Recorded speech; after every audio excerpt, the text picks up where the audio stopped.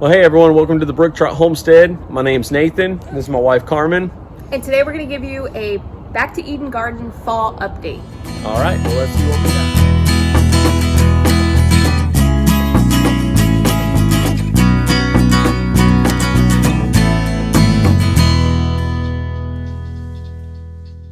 Hey guys, so we actually came outside because it's a beautiful day to do a update video / weeding session. So as you guys know, we went with the whole Back to Eden theme, and how we did that is we put the mulch down, we put compost down, and that's supposed to break down and encourage more nutrients and fungi to improve our soil. This before was our loofah and birdhouse gourd trellis. We ended up taking down all of our loofah, all of our birdhouse gourds, and we're drying them over there.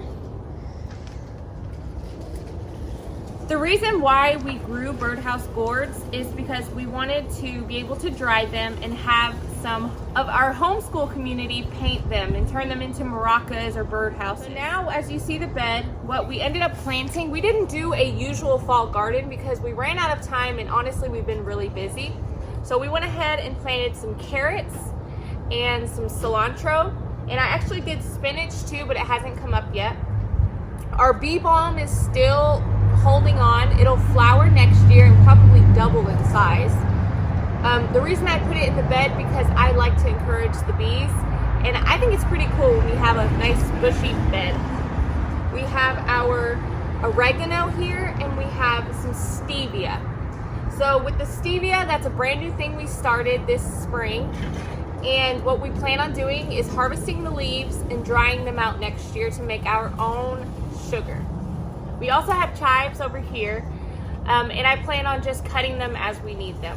As you can see, we have mulch in our beds. It's actually improved the soil tremendously, and when I planted everything, all I had to do was move it over, plant the seeds, and when they came up, I kind of slowly put the mulch around them. So our beds are doing really good and the soil looks great. We don't have to change it out. I mean, the amending is extremely minimal. I'll put a little bit of rabbit manure on there, but other than that, I mean, it's over here great. We've decided to do more of a perennial native flower garden, an herb garden. Right here we have pineapple sage, and it just now started thriving, so I'm assuming it's a fall crop. It's doing great, and you can pick that and you can cook with it just like you could with any other sage. We have thyme, we have more sage, we have some echinacea. I don't know if I said that right, but it's a powerful herb that you can turn into teas and you can give it to your rabbits to improve health. It's amazing. What we have under us is part of the birdhouse gourds. Instead of just throwing them out or putting them in the compost, we actually are letting them deteriorate on the ground so it can add more nutrients to the mulch. This works with the majority of plants as long as you get rid of the seed produce. It'll do its thing, but if you have diseased plants, I highly recommend just burning them or throwing them somewhere else. You don't want diseased plants in the garden composting on your ground next to your other plants. We have the zinnias still thriving. We have them all over the place. They're beautiful and they reseed very well, and we just love them. We have the strawberry patch still going on. I actually thought they were dead. When we first started Back to Eden Garden, I was so excited. I planted like 10 of them, and right now we only have probably 5 good plants, but by next year it should have doubled probably, and we should get a good crop. They're still alive, so that's a good thing. Our lavender is thriving. Lavender, pretty much what I've found out, if you baby it, it will die. If you neglect it, water it every now and again, it'll do great. So just leave your lavender alone and let it do its thing. It should die off soon, and we should get a great crop next year. This is our basil. As you can see, I allowed it to go to seed. The reason why I allowed it to flower and go to seed is because I care about the insects, the pollinators, and they really enjoy the flowers. And honestly, we're not gonna harvest all this basil. There's no way. So next year we'll get a ton more basil and we can harvest as we go. I'm really big on harvesting as we go rather than just freezing it. It just works for our smaller family. So you can do whatever you want to do. But if you don't want it to go to seed and you want to continue getting a good crop, all you do is you just pinch these off, which it should be much smaller than what this is. Pinch this off and then it'll encourage it to branch out. This is our wildflower garden. It looked way better in the springtime, early summer. We got lazy and we allowed it to just turn into this big mess. So we have a lot of work ahead of us. We are going to be weeding between here. I actually found poison ivy in here, so be very careful when weeding. Because there's a mulch and it's an organic mulch from an arborist, you don't know what seeds are in your mulch, so be very aware and teach your kids what poison ivy is and what not to touch. I've already started weeding this area. As you can see, it's more loose soil. I mean, there's nothing really here. So what I want to do in the springtime, well, probably before that, I'll lay a little mulch over with a little bit of compost. And in the springtime, I'll probably add more natives or even more herbs to it. I want to encourage this to be a little oasis in our backyard, a food forest, just like James Prigioni. His channel is amazing, and that's where we kind of got the whole Back to Eden garden. All right, so this is where our bees used to be at, but we had to end up moving them. And as you can tell, there is a lot of weeds all around me. I figured out that this is what you don't do. The other areas we mulch rather thickly. Here we did not mulch as thick, and this past summer we just kind of let the weeds get way out of hand. So we're gonna have to come through. I'm gonna have to re-weed, pretty much pull up all of this by hand majority, and then come back through, put another nice thick layer of mulch, and this is gonna be another kind of garden bed that we do. So once again, it's just a lot of work that we're having to do because we didn't do it properly the first time. So when you do the Back to Eden method, a lot of it comes with doing the process right. If you don't do it right the first time, you're going to be fighting weeds, you're going to be fighting all of this for a very long time to come. And unfortunately, we have Bermuda grass, and that stuff just grows like crazy. It's just weeds, and it puts shoots out everywhere. And once it gets to a certain extent, it's hard to maintain. So number one tip, put your cardboard, your paper down. Make sure you put a good layer of compost down, and then put your mulch. And you're gonna want that, they say 6 to 8 inches thick, so it kills all the grass. It takes all this out. So take this as a lesson. Don't do what we did and allow it to get out of hand. Otherwise, you're gonna be spending your springtime weeding and redoing all the work that you already did. And that's what we're gonna do here and turn this back into a nice garden bed that we can grow some good herbs and things in. And as you can tell, we still have some loofahs here. We're allowing these to dry out completely, turn that good brown so we can peel them. We kind of just left them hanging on the tree because we kind of figured that's the best way to get these to dry out properly instead of putting them elsewhere. As you can tell, there's quite a bit of them around us. We're really excited about the harvest that we got with this. We're gonna have quite a bit of loofah through this. We're looking at getting them for family and friends that we have. If you're not familiar with a loofah, it's basically that sponge you use. You can buy it on Amazon and things like that for exfoliating your skin. You can use it for dish sponge. You can use it for cleaning around the house. I mean, there's a lot of functions that you can use for this. The growth time is actually pretty long. That's why we do so well here. We also have a video strictly on loofah. So if you want to go down on our YouTube channel, you can find that. Please like it. And don't forget to subscribe to our channel as well so you can get the updates of our upcoming videos. But the video that we did on the loofah is very extensive, so go back and watch that one if you need any more information about it. Hey guys, so to the right of me, we have a dogwood tree. And as you can see, it needs to be pruned. We're super excited that it survived. We got it from a little twig for donating to a nature organization. I can't quite remember. We'll probably just type it in after we edit the video. And it's thriving, so we're excited to get this. We actually put this here for more shade. So eventually next year, this bed will probably be more lettuces and spinaches and things like that, so that we can have a better harvest of those, because our garden is usually full sun, and the heat in Texas is pretty intense. So it limits a lot of the greens that we can grow for a longer time. So trees are very important. So this is my okra plant. Well, this is one of them, but this one's the biggest one that's thriving. I'm actually very impressed with okra. Before we started planting this, all we ate was fried okra because of that gummy, gooey taste, you know? A lot of people stray away from okra because of that, but our family seems to love it. To harvest it, all we have to do is just turn it, and this is what you get. This is actually smaller than what we usually pick. We like to pick it probably about this size. And a lot of people say don't pick it when it's bigger because it's harder, but that's only if you're cooking it down. I actually enjoy it raw, and it's really good raw. This just started this year. But if you want to fry it, or if you want to add it to soups and gumbos and things, you'd probably want to pick it more this size. It has a delicious crunch,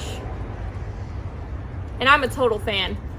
If you want to save seeds, it's going to have to get big, and it's going to have to dry on the plant. So that's probably what we're going to end up doing as fall goes on. I'm actually shocked that it's still going, because okra needs full sun and it needs heat. But I mean, it's happy, so let's just do it. I'm gonna go ahead and say it's the back to Eden method, because I know a lot of people whose plants are not doing well right now.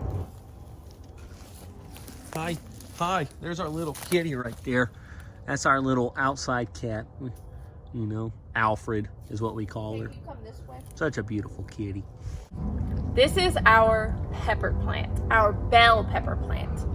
Let me tell you about these bell peppers. When you first start growing bell peppers, the odds of you getting those huge store-bought bell peppers are extremely slim. Every year we've grown them, we've just gotten small bell peppers, but they've been delicious. So this year, for some reason, which I'm gonna go ahead and blame the Back to Eden garden, the longer the season went on, the bigger the peppers. And they've gotten such a strong foundation. It's unbelievable. I'm gonna go ahead and pick one. What I like to do, just like the okra, I kind of twist it and it comes right off. We probably have close to 20 on the plant right now, so we're waiting until they get bigger. I honestly don't know how long these are gonna last, because these are another plant that likes sun and heat, but they're doing very well. And if yours are still going, let them go until they die. I'm not gonna pull anything that's producing, because that's the whole goal, right? We want more produce. So leave your peppers alone, let them produce. We also have jalapenos that are also doing really well, but once again, they're smaller.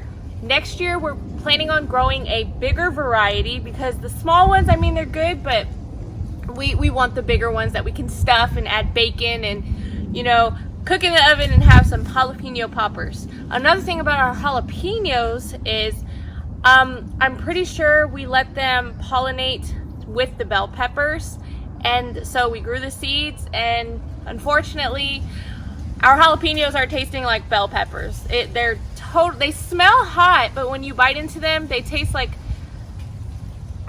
a bell pepper, and it's not that spicy. So we don't want that to happen. So next year, to try to avoid that, we're gonna get brand new seeds, and we're gonna probably grow the bell peppers away from the jalapenos, because we want spicy jalapenos. That's why we grow jalapenos. This is what our jalapenos look like. These are about the size that we pick our jalapenos. They're not super small, but they're also not big enough to really stuff. Okay. Welcome to our watermelon / pumpkin patch. It looks a mess, but you know what? This patch has been producing. We've already been able to pick 2 watermelons, and they've been a really good size. We have one on the vine right here. It's almost ready. I want to give it another week. I am just praying that it lasts on the vine and it stays happy when it's time to harvest, because like I said, it's in October now and it's getting kind of chilly. We have those cold nights, and we still have those really nice during the day, but watermelon like sun and they like heat. Most of the leaves that are kind of white, you're looking at the pumpkins. What you're looking at is powdery mildew, and it can destroy your plant, but it's already later in the season and we are getting pumpkins. So honestly, if we harvest one, I'm happy. Right now we have about 4 on the vine, so I'm pretty excited about that. If you want to look behind me, we have one already turning orange. This used to be our spaghetti squash vine, but the vine borer got it. We were able to harvest, I want to say like 6 or 7 from our next plant of spaghetti squash. But guess what ended up taking over? The pumpkins. The pumpkins started climbing the trellis, and now we have pumpkins on top of it. Can you get in there? And we have pumpkins under it. And a little tip, which I kind of discussed in our spaghetti squash video. Sorry, I actually had to stop the video because I had the peppers in my pockets and I looked kind of wide. And it happens. I'm a big believer in deep pockets, so that when we're in here, we can kind of pick and put it in our pocket. Anyway, back to what we were saying. So the spaghetti squash completely got clobbered by vine borers, but in the spaghetti squash video, I showed you my favorite tip. We ended up burying the vine, and because we buried it, they're still thriving. And we actually have a spaghetti squash. I don't know if you can see it.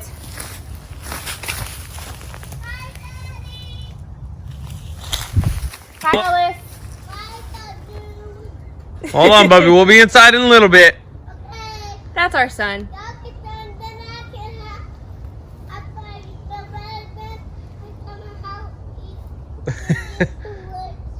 Okay, Bubby. He's so sweet. So yeah, we have spaghetti squash and it's growing and it's still going and I'm happy. Bury the vines. Bury the vines. The best thing I found. And you know what? We were going to trellis them next year, but to be quite frank with you, like I said in the video, I didn't really know the difference between the trellising on the top and then the just letting them grow on the ground.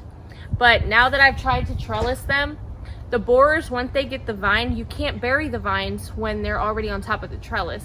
So I may end up just leaving the spaghetti squash to vine on the ground so I can take care of the borers quicker when I'm unable to deal with the eggs. So as I was saying, we were doing a lot of weeding today, but I just wanted to show you real quick. I mean, yeah, we have a lot of weeds, but it's very easy to get the weeds up. All you gotta do is dig down a little bit, you find it, and it comes up. I mean, it's not much to it when you get the weeds, because the mulch makes it easy. I mean, it makes it very easy to pull the weeds up. You're not fighting it like normal.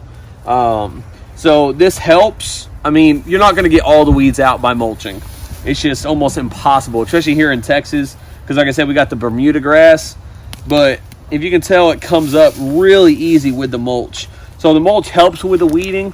You're still going to be fighting with it, but like I said, as you can tell, it just comes right up.